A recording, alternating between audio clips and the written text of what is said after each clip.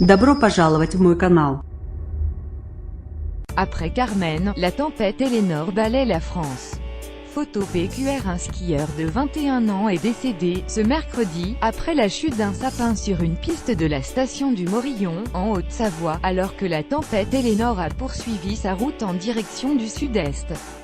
Outre l'homme tué, 26 personnes ont été blessées, dont 4 gravement, lors du passage de la tempête. Au total, il y a eu 6450 interventions des pompiers au niveau national. Par ailleurs, les trafics aériens et ferroviaires ont été perturbés et jusqu'à 200 000 foyers ont été privés d'électricité. Ils étaient 110 000 en fin de journée et sont 35 000 ce mercredi soir. Enedis, ex-ERDF, a mobilisé 2500 techniciens pour remettre le courant. Storm Eleanor. Situation. Cette nuit, les 2500 techniciens Enedis vont travailler sans relâche ce soir pour réalimenter les 35 000 derniers clients privés d'alimentation électrique suite au passage de la tempête Eleanor. Service public. Pompiers de l'électricité pic.twitter.com 9 Enedis Enedis 3 janvier 2018. Circulation routière, ferroviaire et aérienne perturbée. Chute de câbles électriques, objets et arbres sur les chaussées. La circulation sur les routes départementales et nationales ainsi que sur le réseau ferré a été perturbée dans plusieurs régions. Aucun TER n'a circulé en Normandie ou en Alsace, selon la SNCF. Les TGV ont roulé normalement, malgré quelques retards ponctuels dans ces régions et dans les Hauts-de-France. Le trafic des ferries à Calais a été ralenti mais pas suspendu, a précisé la préfecture. À Paris, la ville avait décidé de ne pas ouvrir de la journée les différents espaces verts et la Tour Eiffel a été fermée à la visite en raison des fortes bourrasques de vent. Elle a pu de nouveau accueillir le public à partir de 17 h. Le trafic aérien a été provisoirement suspendu dans la matinée dans les aéroports de Balmoulaous et de Strasbourg.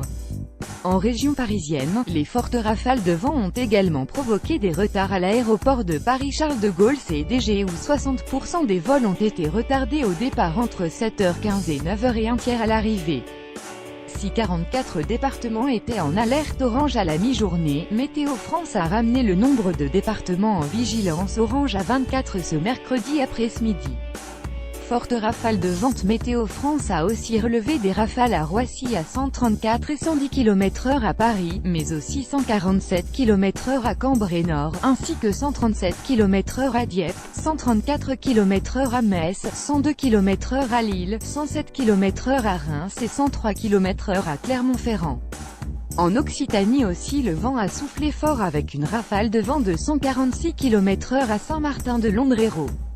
À Narbonne, les féeries de Noël ont été interrompues pour la journée et la grande roue a été fermée. Des tuiles ont chuté du toit du commissariat, ce qui a entraîné la fermeture de la circulation sur le boulevard Gambetta dans la matinée. Pour Paris et Roissy, il faut remonter à 2010, à la fameuse tempête Xynthia, pour avoir des valeurs aussi fortes. Ça fait 8 ans qu'on n'a pas eu des rafales aussi fortes en Île-de-France, a souligné Frédéric Nathan, prévisionniste à Météo France. Eleanor a provoqué de nombreux accidents. 9 personnes ont été blessées, dont 4 grièvement selon la sécurité civile. Parmi les 4 blessés graves, se trouve un homme qui a chuté de son toit en Seine-et-Marne, une femme qui a reçu un bloc de ciment dans le Haut-Rhin, un motard qui a heurté un arbre en Eure-et-Loir et une personne blessée dans son véhicule par une chute d'arbre dans l'Essonne, a indiqué le lieutenant-colonel Michael Bernier. Des coupures de courant ont touché quelques 200 000 foyers, 50 000 en Normandie, 30 000 en Picardie, 30 000 en Alsace, en Lorraine et en Île-de-France, 20 000 en Champagne-Ardenne, 15 000 dans le Nord-Pas-de-Calais, selon Enedis. Jusqu'à 250 km/h en altitude dans les Alpes du Nord, les vents devaient se renforcer pour atteindre 100 km/h aux altitudes moyennes, de 120 km/h à 180 km/h plus haut et jusqu'à 250 km/h aux arcs 2000 avec un fort risque d'avalanche attendu dans la nuit de mercredi à jeudi. La station de Val Thorens Savoie a fermé la partie haute de son domaine, le vent s'ajoutant à des chutes de neige exceptionnelles. Chamonix, Avoria ou Val d'Isère ont aussi fermé pour la journée.